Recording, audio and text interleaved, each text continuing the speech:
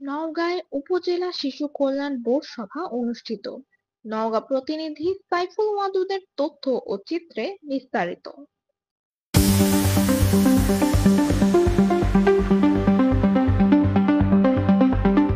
Child sensitive social protection in Bangladesh CSPB প্রকল্পের আওতায় ও UNICEF বাংলাদেশের সহযোগিতায় আজ নওগাঁ সদর উপজেলা পরিষদ মিলনায়তনে অনুষ্ঠিত হয়েছে উপজেলা শিশু কল্যাণ বোর্ড সভা।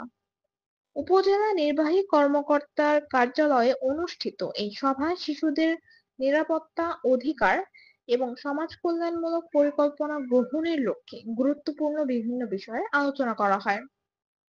সভায় উপস্থিত ছিলেন উপজেলা সমাজসেবা অফিসার ও প্রকল্পের সদস্য সচিব মোহাম্মদ নাহিদ হাসান, বলিহার ইউনিয়নের প্যানেল চেয়ারম্যান হামিদুর রহমান, বেসরকারি সংগঠন বেলেশেষের পরিচালক তসলিমা ফেরদৌস, প্রবেশন অফিসার আবুল মোকাররম মোহাম্মদ ফজলে এলাহী, নওগাঁ সদর মডেল থানার এএসআই, উপজেলা মাধ্যমিক শিক্ষা অফিসার সহ বিভিন্ন সরকারি দপ্তরের প্রতিনিধি, স্টেক হোল্ডার এবং সমাজসেবা কার্যালয়ের কর্মকর্তারা।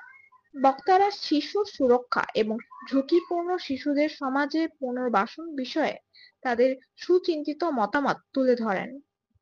সভায় গৃহীত সিদ্ধান্তগুলোর মধ্যে উল্লেখযোগ্য ছিল ঝুঁকিপূর্ণ শিশুদের শনাক্তকরণ, প্রাথমিক সহায়তা প্রদান এবং সমাজ কল্যাণমূলক কার্যক্রমের মাধ্যমে তাদের পুনর্গঠন নিশ্চিত করা।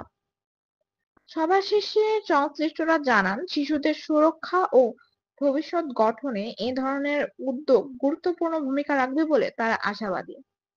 ভোরের সময় নওগাঁ।